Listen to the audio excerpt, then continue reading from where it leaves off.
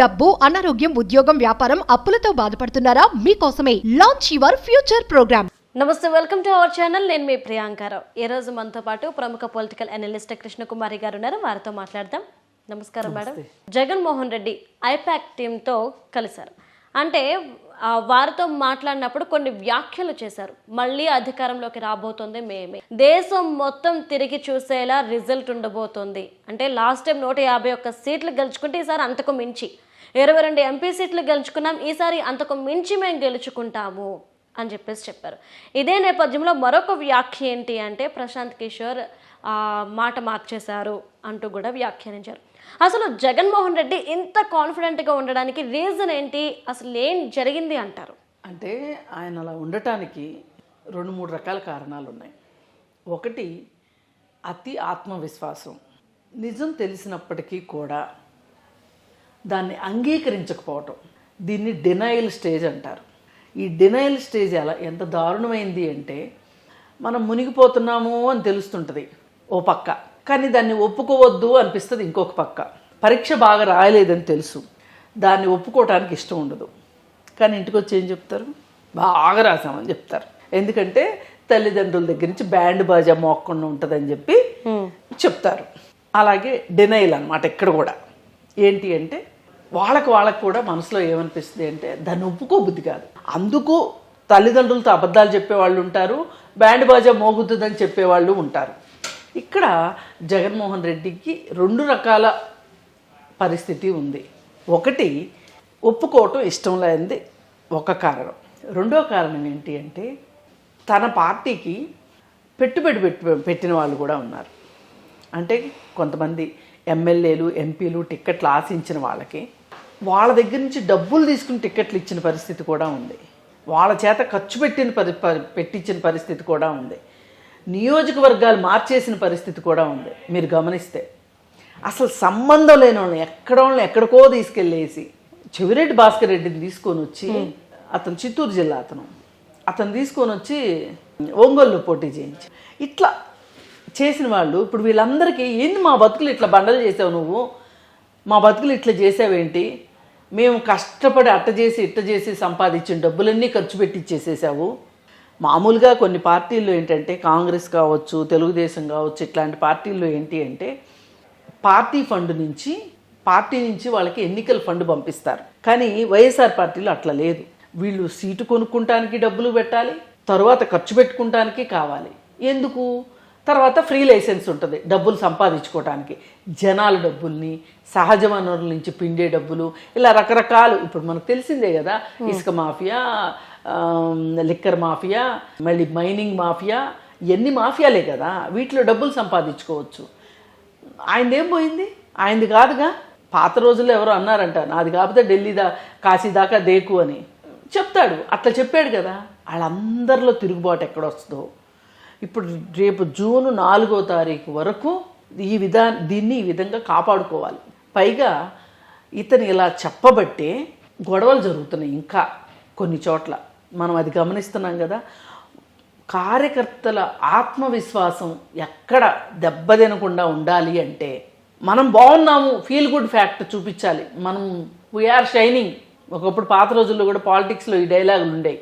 దేశం వెలిగిపోతుంది, ఏమీ వెలిగిపోలా, కానీ మనం వెలుగుతుంది అని మనల్ని ఒప్పించాలనే ప్రయత్నం అనమాట. అలాంటిది ఇక్కడ కూడా మనం బాగున్నాం, మనమే గెలుస్తున్నాం. కార్యకర్తల్లోనూ కొంతమంది నాయకుల్లోనూ ధైర్యాన్ని నింపటం కోసం. లేదు అంటే వీళ్ళల్లో గనక ధైర్యం సడలింది అంటే ఎదురు పార్టీ వాళ్ళు మేమే గెలుస్తున్నాము అనే ఉద్దేశంతో వాళ్ళు ఎక్కడ వీళ్ళని కుక్కలను కొట్టినట్టు కొడతారో, బస్ స్టాండ్లో కుక్కలను కొట్టినట్టు కొడతారు. వీళ్ళు చేసిన అరాచకాలు మామూలు కాదు కదా. ఎలక్షన్ రోజు కూడా ఎన్ని అరాచకాలు చేశారు వాళ్ళు. ఎలక్షన్ అయిన తర్వాత కూడా అరాచకాలు చేశారు. సాక్షాత్తు ఈసీని ఎక్స్ప్లెనేషన్ అడిగింది.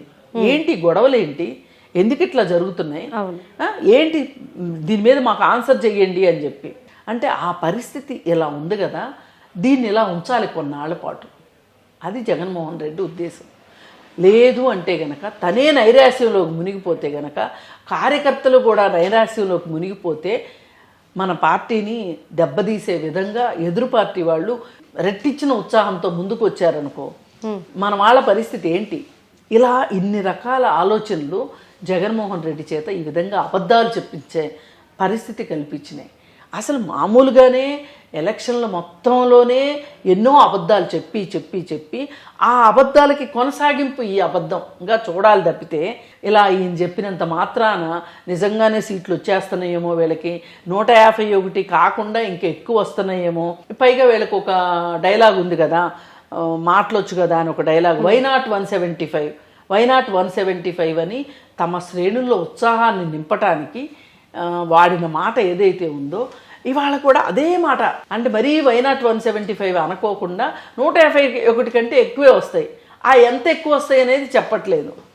అసలు 151 మనకు వచ్చే పరిస్థితి ఉందా అనేది ఇప్పుడు చాలా ప్రశ్నార్థకంగా ఉంది. కానీ జగన్మోహన్ రెడ్డి నమ్ముతున్నాడు, నమ్మినట్లుగా నటిస్తున్నాడు కార్యకర్తల కోసం, నాయకుల కోసం. పైగా ఆయన రేపు 17వ తారీఖు, రేపంటే ఇవాళ 16, రేపు లండన్ వెళ్ళాలి అనుకుంటున్నాడు. మరి అది ఎంతవరకు వచ్చిందో తెలియదు. వెళ్తాడో వెళ్ళడో కూడా తెలియదు. ఇక్కడే ఉంటే ఇలాంటి అబద్ధాలు ఇంకొన్ని చెప్పే అవకాశం ఉంది. మరి ఇప్పుడు ఆయన అబద్ధాలన్నీ ఎలా ఉంటాయో మనకు తెలుసు కదా.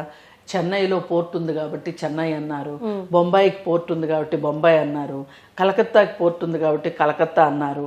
ఇలా మాట్లాడాడు కదా. ఇప్పుడు అవన్నీ విని నిజమేనని అనుకుంటున్నారు కదా. ల్యాండ్ టైటిలింగ్ యాక్ట్ అంటే అని మొదలెట్టి ల్యాండ్కి టైటిల్ ఇస్తారు, అదే ల్యాండ్ టైటిలింగ్ యాక్ట్ అన్నాడు సింపుల్గా. అంటే ఎంత అలవోకగా చెప్పేస్తాడంటే అది నిజంగా తనకి తెలియక అంటాడా, తెలిసి అంటాడా, మనము అయోమయంలోనికి గురవుతాం. పోయినసారి చూడండి పొటాటోస్కి, ఆనియన్స్కి, అలాగే లాంగిట్యూడ్స్కి, యాక్టిట్యూడ్స్కి తేడా తెలియకుండా మాట్లాడాడు. రేఖాంశాలు అక్షాంశాలు దగ్గర తడబడిపోయి మాట్లాడాడు. ఎందుకు ఇంత తడబడుతున్నాడు అంటే ఆయనకి ఏమైనా సరే ఆయన కళ్ళ ముందు వై నాట్ 175 కనిపిస్తుంది. ఆయనకు అదొక్కటి తప్పితే ఇంకేమీ కనిపించట్లా. ఆయన కళ్ళ ముందు అదొక్కటే కనిపిస్తుంది. అదొక్కటే కనిపించి మళ్ళీ నేను అధికారంలోకి వస్తున్నాను, అధికారంలోకి మళ్ళీ నేను వచ్చి మళ్ళీ నేను పిండుతాను, ఈ విధంగా డబ్బులు సంపాదిస్తాను. ఇప్పుడు రకరకాల వార్తలు బయటకు వస్తున్నాయి. 2022లోనే ఒక కేసు బుక్ అయింది జగన్మోహన్ రెడ్డి మీద. ఏమని? అతను డంపులు కాకినాడ అంటే పోర్ట్లు ఉన్న ప్రతి చోట డంపులు పెట్టాడు మన ఆంధ్రప్రదేశ్లో. ఆ డంపుల్లో బోలే డబ్బులు కట్టలు ఉన్నాయి. అవన్నిటినీ నౌకాశ్రయాల ద్వారా వేరే దేశాలకు తరలిస్తున్నాడు అనేది మాట్లాడుకుంటున్నారు. ఇప్పుడు ఇలాంటివన్నీ కూడా ఎందుకు మాట్లాడుతున్నారు? ఇప్పుడు మాట్లాడడం ఎక్కువైంది. 2022లో కేసు వేశాడు ఒక ఆయన ఢిల్లీలో, కానీ దానికి సయ్యి లేదు, ఏమీ లేదు. ఎందుకు అంటే ఢిల్లీలో ఉన్న వాళ్ళకి మనవాడు బాగా కప్పాలు కడతాడు కాబట్టి, వాళ్ళ పర్సంటేజ్ వాళ్ళకి వస్తుంది కాబట్టి, నేను 100 రూపాయలు సంపాదిస్తున్నా, మీరు కడుపులో నీళ్ళు కదలకుండా హాయిగా కూర్చోండి, మీ కాళ్ళ దగ్గరికి 30% వస్తాయి అంటే ఎవరు ఒప్పుకోరు చెప్పండి? లాభసాటి బేరం కదా. పైగా కౌంటింగ్ మిషన్లో కూడా కౌంట్ చేసి మరీ పంపిస్తాడు ఈయన నమ్మకంగా ఆ 30%. వాళ్ళనైతే మోసం చేయడు, ఎవరినైనా మోసం చేస్తాడు. కానీ మరి అందుకే వాళ్ళు కూడా ఏమి యాక్షన్ తీసుకోలే. నిజానికి ఇది నిజమెంత అబద్ధం ఎంత అనేది ఆలోచించాలి కదా. మరి దానికి ఇది నమ్మే విషయం అనుకోవడానికి కారణం ఏంటి? మనం ఆంధ్రప్రదేశ్లో మందు షాపుల్లో ఆన్లైన్ లేదు, ఏదున్నా క్యాషే, ఫోన్పే లేదు. మన సందు చివర పూలు అమ్మే అమ్మాయి కూడా ఫోన్పే పెట్టుకుని కూర్చుంటుంది, యూపీఐ పెట్టుకుని ఉంటుంది ట్రాన్సాక్షన్స్. అరటిపళ్ళు అమ్మేవాడు పెట్టుకుంటున్నాడు, కూరగాయలు అమ్మేవాడు పెట్టుకుంటున్నాడు, అందరూ పెట్టుకుంటున్నారు. కానీ మందు షాపుల్లో మటుకు లేదు. తెలంగాణలో అన్ని చోట్ల ఉంది, లేదు అక్కడ. ఎందుకంటే ఆ డబ్బు తీసుకోవాలి, ఎంతో కొంత జమ చేయాలి, మిగతాది బ్లాక్ మార్కెట్లోకి నెట్టాలి. అంటే ఇవన్నీ ఇప్పుడు బయటకు వస్తున్నాయి కదా. ఇవన్నీ బయటకు వస్తుంటే అందరికీ ఒక ధైర్యం వచ్చింది. ఇప్పుడు మాట్లాడుతున్నారు కాబట్టి వీళ్ళందరి మీద పైచేయి సాధించాలి మళ్ళీ నేను అనుకుంటే గనక మనమే గెలుస్తున్నాము అని కార్యకర్తల్లో ఉత్సాహాన్ని నింపాలి. ఈ వార్తలన్నీ విని క్యాడర్ ఎక్కడ బెంబేలు పడిపోతారో, ఎక్కడ కంగారు పడిపోతారో వాళ్ళల్లో ధైర్యం నింపటం కోసమే ఈ పెద్ద పెద్ద మాటలు మాట్లాడుతున్నాడు. అంతకంటే వేరే కారణం ఏమీ లేదు.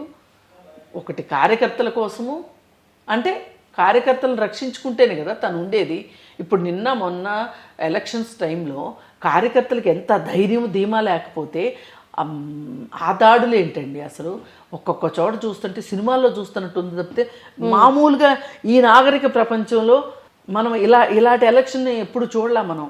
ఏంటి ఏది దొరికితే అది పట్టుకుని రోడ్లెమ్మట మనుషులు గుంపులుగా వెళ్తున్నారు రెండో వాళ్ళ మీద.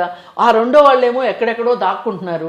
ఆ దాక్కున్న వాళ్ళని కూడా బయటికి లాక్కొచ్చి కొడుతున్నారు. అవన్నీ సోషల్ మీడియాలో వస్తూనే ఉన్నాయి. ఇప్పుడు పాపం ఒక ఆమెకి పల్నాడులో తల పగిలితే కళ్ళు రెండు ఆసిపోయి తలకు పెద్ద ప్లాస్టర్ వేసుకొని అసలు ఆమె పరిస్థితి ఎట్లా ఉంది అంటే ఎట్లా తట్టుకుంది, అంత బాధను ఆమె ఎట్లా తట్టుకుంది అనే పరిస్థితి ఉంది.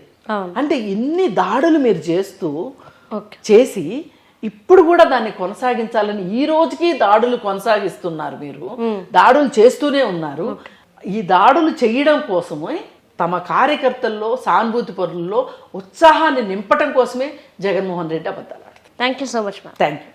సుమన్ టీవీలో మీ పర్సనల్ అండ్ బిజినెస్ ప్రమోషన్స్ కోసం కింది నెంబర్కి కాంటాక్ట్ చేయండి.